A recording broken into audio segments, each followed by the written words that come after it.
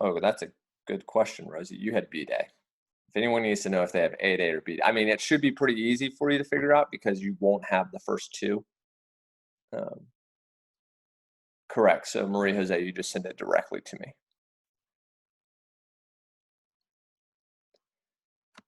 You should not have been on spring break. Let's see.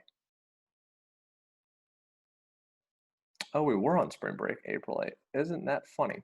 Let's do then April 15th.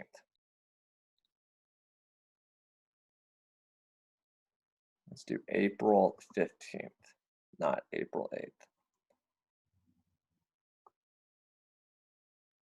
Get rid of that.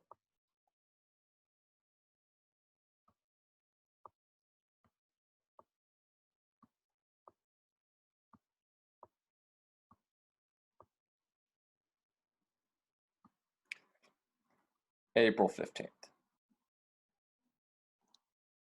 Jackson, what can I say? I'm a dedicated teacher to making sure you guys get good grades on today in history quizzes.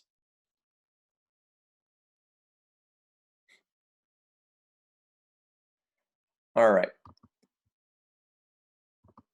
Any other questions?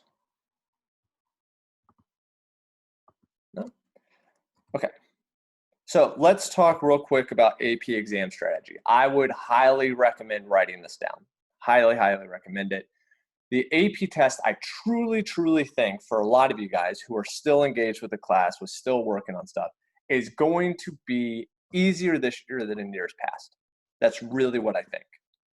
The reason why I think that is most of the time my students have a great knowledge of history. What you don't have is experience with AP tests. The reason why that's important is because the AP test is insanely long. And people get tired and defeated, and halfway through they're just like, screw this is stupid, I'm just going to sleep. You're not going to have to worry about any of that now because now all of a sudden the AP test has gone from being incredibly long to incredibly short. I think that benefits a lot of you guys. Most of you, when you work, are more of a sprinter than you are an endurance type of person, meaning you can focus very, very concentratedly for 45 minutes. The thing is, and there's no other way to say this, you have to have a strategy before going into this, or this thing is going to kick your ass. The reason why is because this thing is going to move so fast that you need to know what you're going to do before you get on there. If you get on there, you're going to spend half the time just trying to figure out what you're trying to do. So you have to have strategy. Now, I have broken this down into the points that you should be focused on. The first one is the easy points. So that's thesis, outside information, one document summary. You get a point on this AP test for just summarizing one document. If I don't have every student at least get that point, I may just quit teaching. I don't know. Everyone should be able to summarize one document.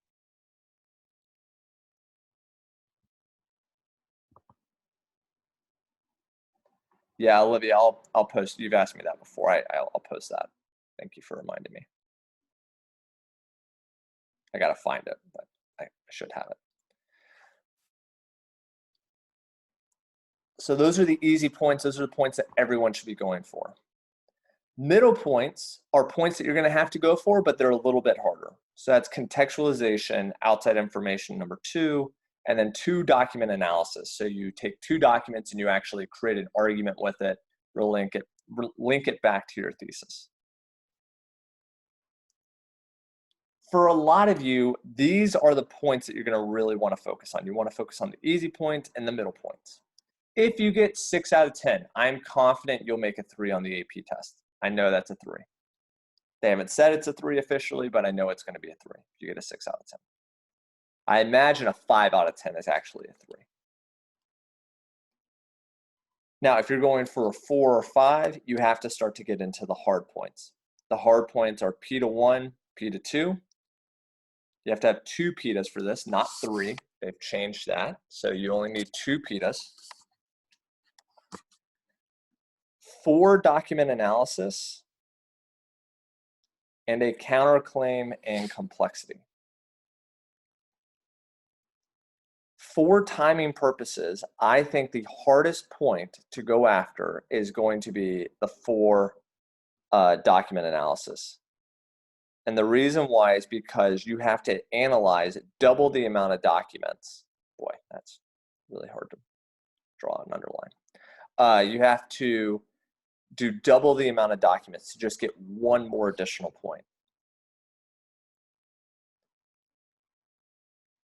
So I think what you really would do is you would either do 2 PETAs or 4 document analysis. I think trying to get all of them is almost impossible.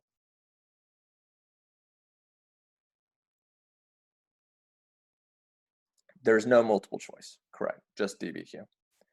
Complexity is like a counterclaim, so it's just nuance. You get 1 point for each PETA you do, Rosie, for this one.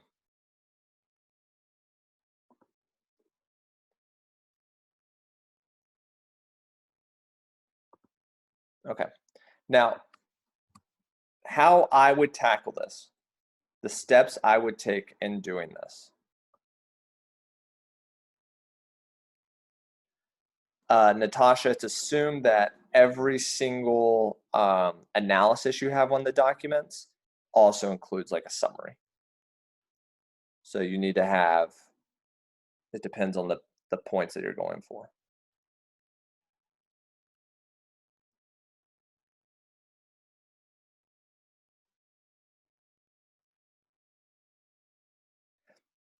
Olivia, I'm a little confused about your question. What about docs that you would recommend? I was just wondering if we have to do an analysis of all 4 documents to get to get 2 points. Good question. So they've now they've changed how many points you can get. So you get 1 point for 1 document summary. You get another point, so 2 points for 2 document analysis, and then you can get a third point for 4 document analysis. So instead of it being out of 2, now it's out of 3. And to get the third point, you need to have 4 document analysis.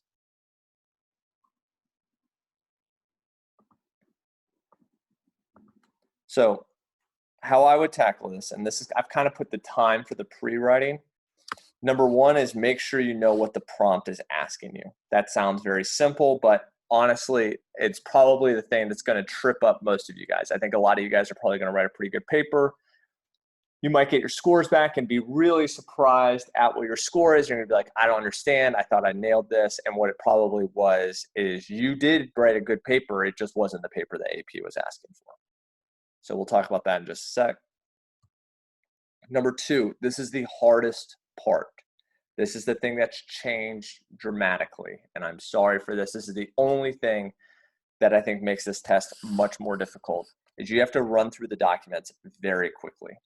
When I say very quickly, I mean that you need to go through all 5 documents. They're going to be giving you 5 documents this time in about 5 to 7 minutes. This should be the determining factor for how, what points you go for. If you're like, there is no way I can even think about going through 4 documents in 5 or 7 minutes, I'm just not that fast at it, then I wouldn't go for 4 documents. I would go for 2.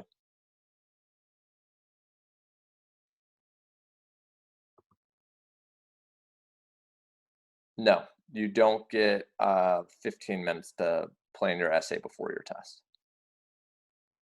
You're not going to have a hard copy.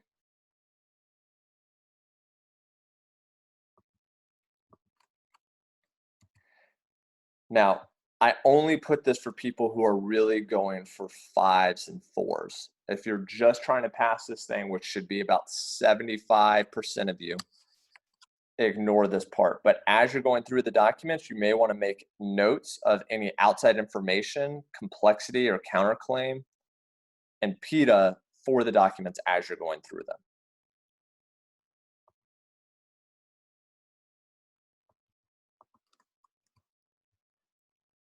Then after you've kind of gone through the documents, start your contextualization. Again, contextualization should be like 3 to 4 events. That's going to bridge your thesis.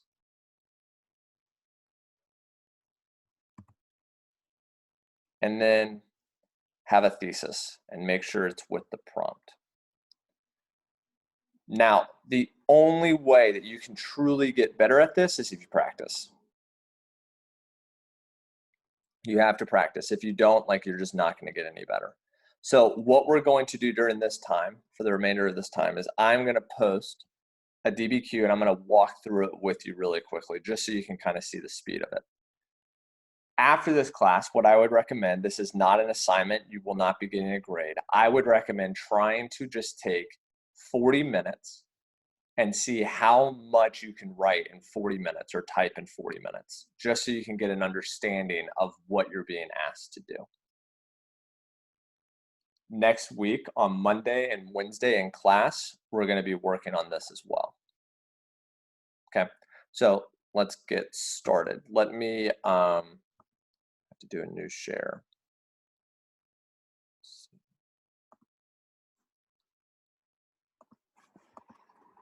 And if you want to follow along, you can go to my website.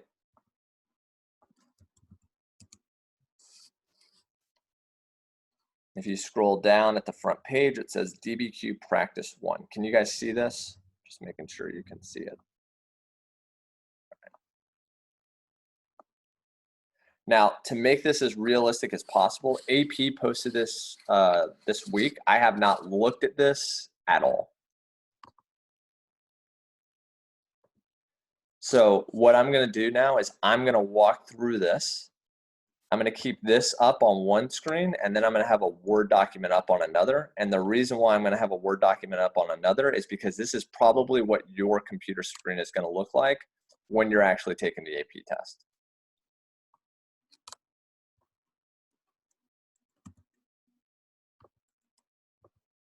All right, I'm going to be timing myself with the parameters of what I gave you guys. So let me start. All right, so I have 1 minute to first go through and read the prompt and make sure I understand it. It says evaluate the relative importance of causes of cultural change in the United States in the period from 1914 to 1945. So important causes, I have to evaluate the relative importance, which means it wants me to rank the causes. I'm doing causes to cultural change. And my time period is 1940 or 1914, which is World War I, to 1945, which is the end of World War II. Okay. So now what I'm going to do is I have about 7 minutes to go through each of these documents. First thing I always look at is the source. I see Charles S. Johnson reporting on interviews with African-American migrants to Chicago in 1917. So I immediately know document 1. It's about the Great Migration. As I just scan through it, because I don't have enough time to really read it all, they're going for higher wages. She couldn't believe it. Excitement.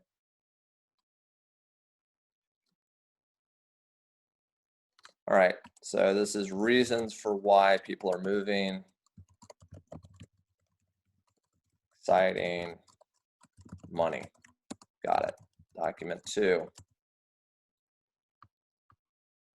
Good, a picture. So Chicago Tribune, 1919. All right, I see a guy, it looks like he has a bomb on his head. It says undesirable immigrant restrictions, and then it says close the gate. All right, so this is an anti-immigrant document wanting to restrict. Okay. In terms of outside info, I have a lot here. I got the Palmer raids, quota acts. All right, document 3, Fannie Hurst, the place of a woman. Intelligence is not inevitable in the kitchen, worrying about pots and pans, not the front door every evening. All right, so this is a document promoting women during this time period. Place isn't in the house. There is more.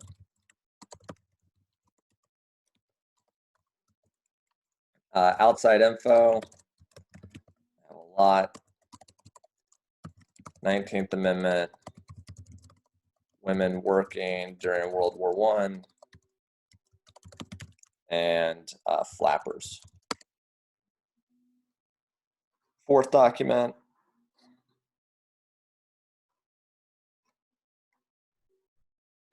All right, the movie, radio, cheap reading.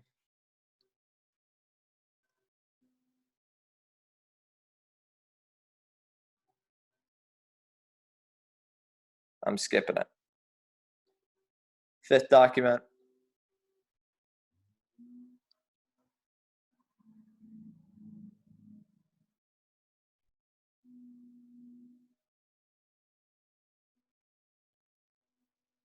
It's talking about art. All right, so now I'm between document 4 and document 5. Neither one of them immediately jumped off the page of what I want to do with them.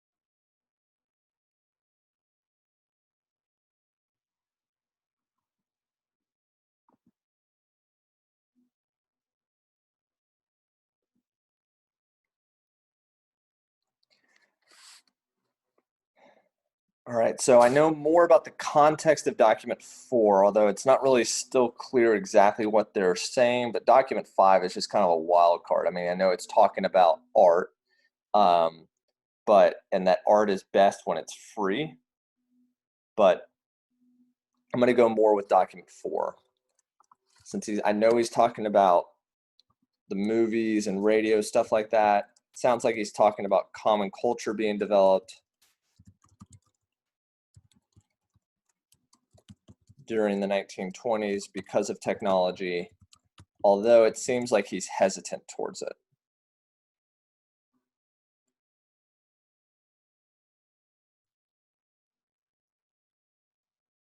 There might be negative things about it.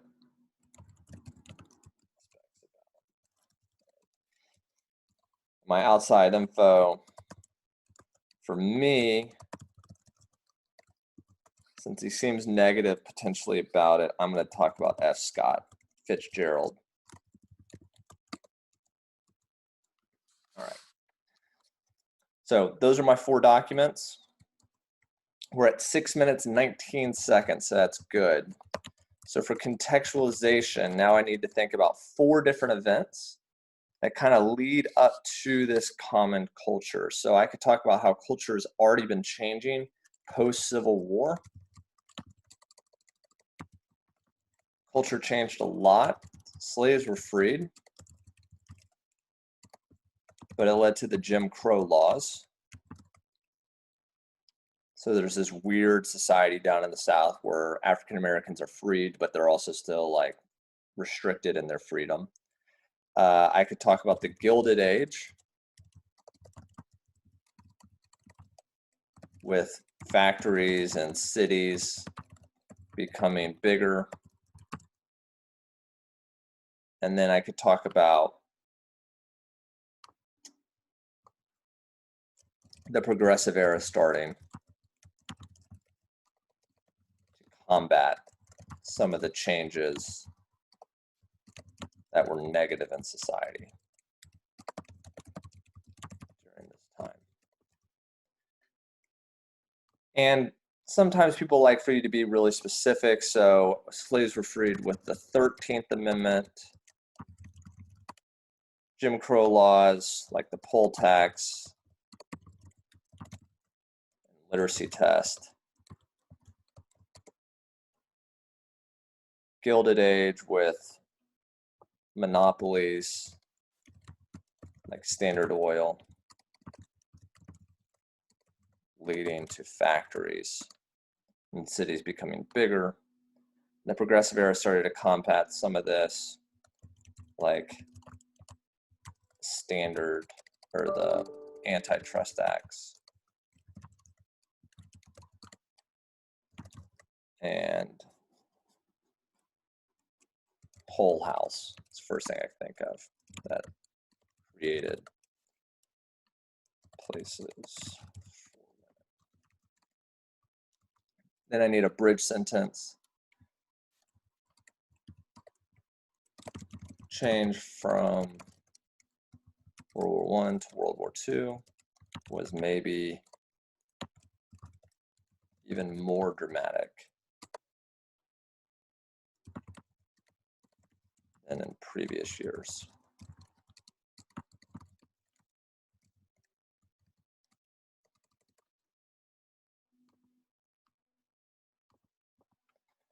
So then my thesis is going to be the United States culture changed the most, because remember I have to rank this since it's asking the relative importance. And with my documents, what I have is I know that African Americans are getting more job opportunities, women are getting more job opportunities, it's becoming more anti-immigrant, and there is a common culture developing, although that's maybe leading to bad things with consumerism. So culture changed through new economic and social opportunities for African Americans and women.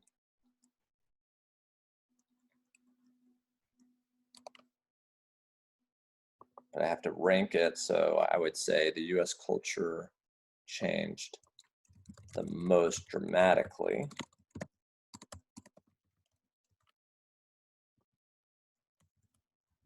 As well as there being a shift from, oh, but see, I'm talking about change, I need to talk about cause. This is good to know. Culture. The causes of the cultural change in the US was most importantly the new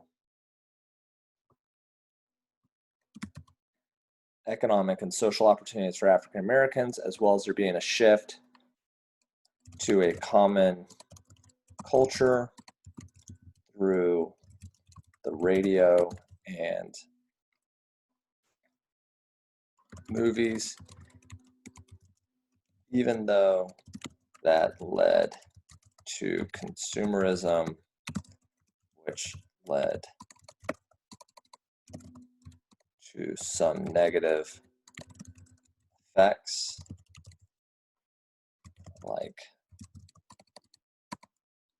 the Great Depression, which I don't love linking that, but that'll be fine. All right, so that's my thesis. Then what I would do is I would go through, I would layer in my outside information. There's a ton of stuff you could do with outside information if you got this, like even linking the Harlem Renaissance. It's an easy thing. Then I would go through and make sure to do that. I'm not going to do all that right now for you, but I wanted to kind of set up, because now you have your contextualization, your thesis. But just so you guys know, I've been working for 12 minutes on this. So I imagine, let's say you're an average writer in my class, I think it would probably take you 20 to 25 minutes maybe to get here. So you only have about 15 minutes left to write. And so because of that, you're going to have to work very, very quickly. All right. any questions about what I just went through? Hopefully this was helpful. One thing I really wanted you to see, and I'm glad I actually did this. A lot of times I like to be prepared in class, you know, because that's like a good teacher is being prepared. But because of that, I come across much more, I think, presentable.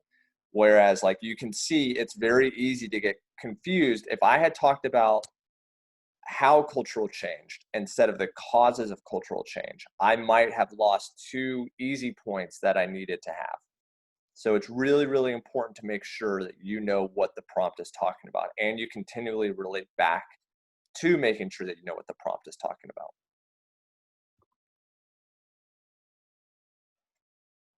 So for my counter, if it's a cause, you know, what's the opposite of a cause? Really, how AP defines it is effects. Um, and so how I would maybe talk about the effects is that's where I would talk about common or how consumerism, its effect led to the Great Depression. That's what I'm going to talk about with it.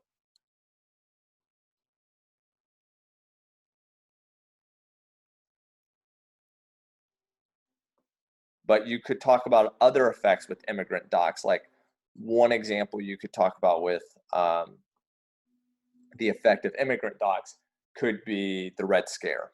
And not just the first Red Scare, you could also connect it to the second Red Scare, that we had this fear of these radicals for the next 30 years.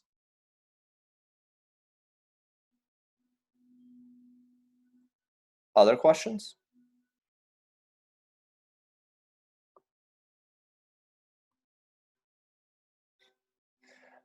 So Samara, if you go onto my website, you will see, hold on. You'll see this thing called DBQ Practice 1. What I would do, I'm going to upload what I just did onto YouTube, and you can kind of watch me go through document 1, or you can watch me go through this DBQ as to kind of how you should be thinking about your strategy for taking the AP test. Now, again, recommendations, things that you guys do after this, because class is going to be a little bit shorter. I'm going to just type it out. Oh, good question, Natasha. Natasha asked, if you're not looking at the chat, where would I have included the immigrant doc? I would have had to add something. So I would have needed to add an additional thing to my thesis, views on immigrants becoming more negative. And this is really where typing is going to give you a big benefit. You don't have to go back through and think all about like how you're going to add this by erasing things. You can just go back in and type it. I did have it today in history. I'll go to that in just a second, Samaria.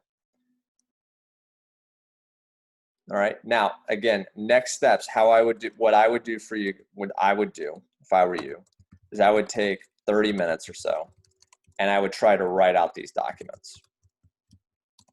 I would write out the rest of the paper. AP has gone through, and they have actually already analyzed these documents. This was officially like done by College Board, so you can see exactly how they did this. One thing I want you to notice is I did not do any PITAs because as I was going through it, like there wasn't anything jumping off the board. That doesn't mean that you couldn't do it. There's definitely ways to do it, but I just didn't see anything noticeable and I didn't want to waste my time on it.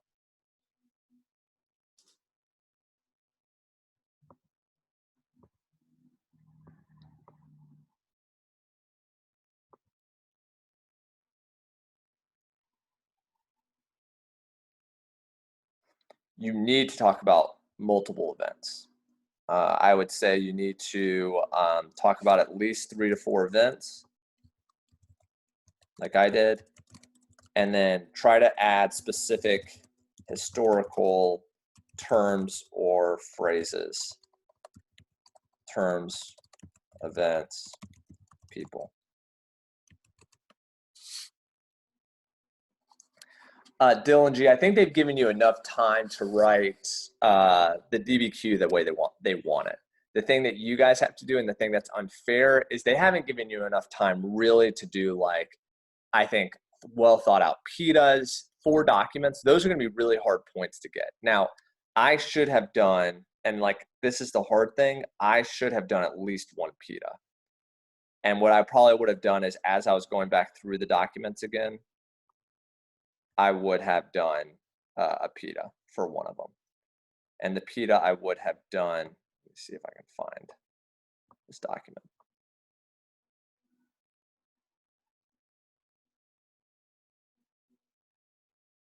I probably would have done I probably would have done Closing the Gate, Chicago Tribune, and I would have done The Purpose.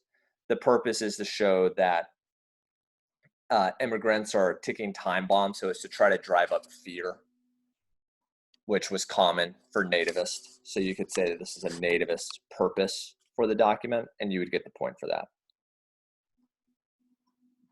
And if you got time, you could point out that this is the New York Times. She's trying to like state that women have a bigger role in society than the one they're currently serving. So because of that, like, this is becoming a more and more mainstream opinion. And you could get the point for that too.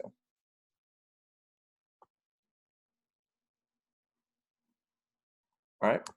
Any other questions? Now, what I'm going to do is I'm actually going to post this video right here. This is a YouTube video that AP did that went through this DBQ that I just went through.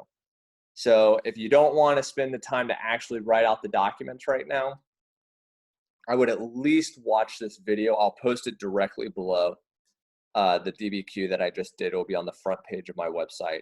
And you can go through and see how somebody else would have analyzed it. To be fully honest, I have not watched it yet. So she may do something completely different than me, but it's okay. It's good for you guys to see how multiple different people would do it. I don't think there's both right or wrong. Yes. So this is the first mock-up DBQ from College Board, and then they actually posted the second mock-up today. And you're going to actually do that one on Monday in class. But if you want to practice it beforehand, you can. All right. But the biggest thing is to practice the time. I mean, going through DBQs, I'm confident you guys know how to actually do DBQ analysis. I'm not worried about that. I don't know if you know how to do it as fast as you need to be able to do it. So if you're going to do it, don't just waste time like sitting there and like taking 2 hours to go through and writing this perfectly crafted DBQ. Give yourself 30 minutes, focus hard for 30 minutes, and really practice it for 30 minutes. Just so you can see like, oh, wow, I can only write 2 paragraphs or 3 paragraphs in 30 minutes or 40 minutes. So because of that, like I need to fit everything in 3 paragraphs. That will be much more helpful for you. Okay. Any questions? Other questions? All right. If not, just last thing, I'm very, very proud of you guys for still tuning in. I really want you to know that. Like I've heard from lots of other teachers. I just got an email from a teacher who said she had 2 people in her class today. So the fact that I have 52 students who are still working hard, it really, really impresses me from you guys. And like, I will do everything I can to help you out until we are done with this semester. But it's commendable that you guys are still working hard. I think it's the right thing, and I think you're doing good. So just wanted to give you a quick shout out. All right. If you need anything, let me know. All right, you guys have a good day. Oh, Samara, you needed the Today in History. Let me post that right now.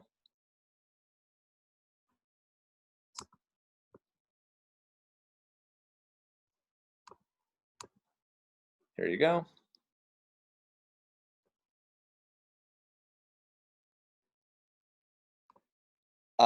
Maria Jose, there won't be any new grades on May 15th. And then I'll probably give you guys up until that following Wednesday. When is that? That's like May 19th.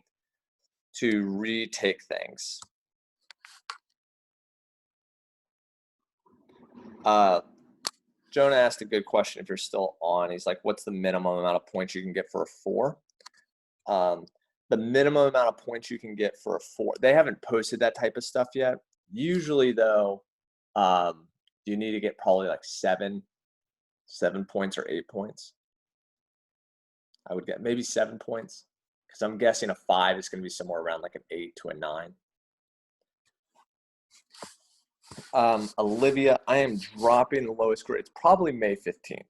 I'll probably do that on May 15th. So next Friday.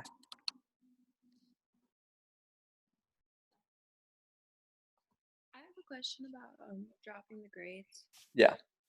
So, are you gonna drop everyone's grade, and then after the grades are dropped, whoever's is higher from before the midterm keeps their midterm grade, or are you doing that? Or only doing that if your grade before you drop anything is higher than your midterm grade? So I'm dropping. So everyone who's not doing things right now, I mean, they're getting 0s on every assignment. Basically, I can't give 0s anymore, so they're getting 30s on every assignment. Yeah. But that's plummeting their grade. So even if I drop grades, like let's say they don't turn in the AP review, and I've strategically done it to where like AP review is still summative assessment. So their grade would be so low that even if I drop their lowest test grade, they would still want their March 13th grade. My grade is pretty close to what it was at Yeah. the midterm, and like I don't know at the end like which one would be higher, but Right. I think Right. I'll take whichever one's higher. Like I'm not gonna dropping the grades or before. say that again. Like after dropping the Right. grade that you're gonna drop. Right. Sorry, that's what I was trying to say. So I'm going to drop everyone's test grade, everyone's quiz grade, everyone's homework grade, but it's not going to help the people who haven't done anything because their grade's going to be so low that's not going to matter for them. So yeah, everyone's drop lowest test, quiz, and homework will be that will happen for everybody, and then I will still take the highest of the 2 grades. Okay, thanks. Yeah. Any other questions? Ashiana, I think you had a question. Yeah. So with the AP reviews, we're doing all of them and have to turn all of them in, or just a certain one? Yeah, you'll turn in all 7 periods.